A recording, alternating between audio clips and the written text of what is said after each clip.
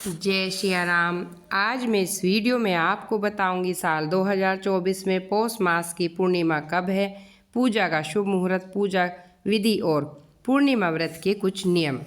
शास्त्रों में पूर्णिमा तिथि माँ लक्ष्मी को प्रसन्न करने के लिए खास मानी जाती है। पौष माह की पूर्णिमा के दिन स्नान, दान और जप का काफ़ी महत्व होता है। मान्यता है कि इस दिन गंगा स्नान करने से मोक्ष की प्राप्ति होती है। पौष पूर्णिमा को शाकंभरी पूर्णिमा भी कहा जाता है। इस दिन से माघ मास का स्नान शुरू हो जाता है।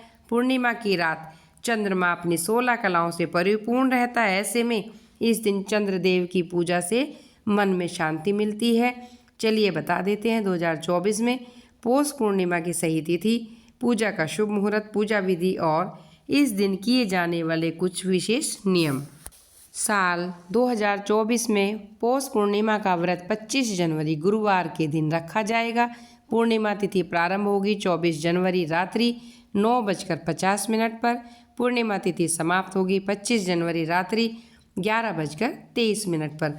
स्नान दान मुहूर्त प्रातःकाल 5:25 से प्रातःकाल 6:20।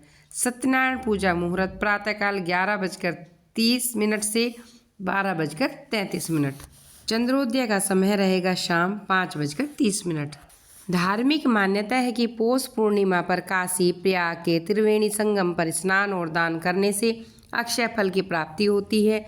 इस दिन प्रातःकाल पवित्र नदी, जलाशय या फिर घर पर ही गंगा जल मिले जल से स्नान करें। व्रत का संकल्प लेकर सूर्य देव को लाल पुष्प डालकर जल दें। अब घर के मंदिर में भगवान विष्णु और माँ लक्ष्मी की प्रतिमा स्थापित कर धूप दीप जलाएं। इन्हें नैवेद्य व फल फूल अर्पित करें। पूर्णिमा के दिन भगवान सत्यनारायण की कथा अवश्य पढ़ें या सुनें। कथा के बाद आरती करें। रात्रि में चंद्रमा को अर्घ्य देकर व्रत का पालन करें। पूर्णिमा के दिन चंद्रमा अपनी पूर्ण आकृति में होता है। इस तरह प्रत्येक व्रत के कुछ नियम हैं। ठीक उसी तरह पूर्णिमा पर भी कुछ नियमों का पालन करना आवश्यक है। इसका लाभ अवश्य होता है अगर आप पूर्ण रूप से नियम का पालन करते हैं। पूर्णिमा के दिन माँ लक्ष्मी और भगवान विष्णु के साथ आराधना करनी चाहिए। इस दिन सत्यनारायण पूजा करने का विधान है। पूर्णिमा तिथि के दिन गंगा जल मिले जल से स्नान कर सूर्य देव को लाल पुष्प डालकर अर्घ्य दें, बेहद शुभ होता है। इस दिन तामसिक चीज़ों का सेवन ना करें। पूर्णिमा के व्रत में सादे नमक की जगह सेंधा नमक इस्तेमाल करना चाहिए। पौष पूर्णिमा की कथा। पौराणिक कथाओं के अनुसार कार्तिका नामक नगरी में चंद्रहास नामक राजा राज करता था। उसी नगर में धन्वेश्वर नामक एक ब्राह्मण था और उसकी पत्नी अति सुशील और रूपवती थी। घर में धन धान्य आदि की कोई कमी नहीं थी, परंतु उसे एक बात का बहुत दुख था, उनकी कोई संतान नहीं थी। एक बार गांव के एक योगी आए। उन्होंने ब्राह्मण का घर छोड़कर आसपास के सभी घरों से भिक्षा ले ली और गंगा किनारे जाकर भोजन करने लगे। अपने भिक्षा के अनादर से दुखी होकर धनेश्वर योगी के पास जा पहुंचा और इसका कारण पूछा। योगी ने इस सवाल का जवाब दिया, कहा, निसंतान घर की भीख मैं नहीं लेता। जो पतितों के घर का अन्न खाता है वो भी पतित हो जाता है। पतित हो जाने के भय से वह उस ब्राह्मण के घर से भिक्षा नहीं लेता। इसे सुनकर धनेश्वर बेहद दुखी हुआ।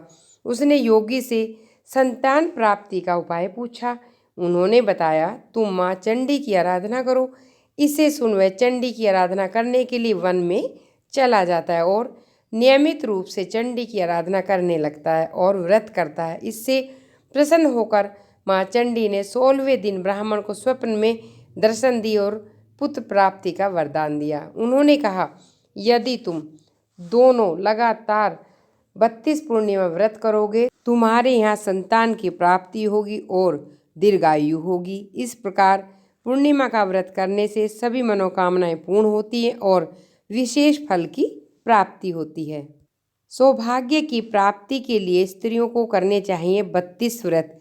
पौष पूर्णिमा के दिन व्रत कर कथा का पाठ करने से जीवन में आ रही सभी बाधाएं दूर हो जाती है। इस दिन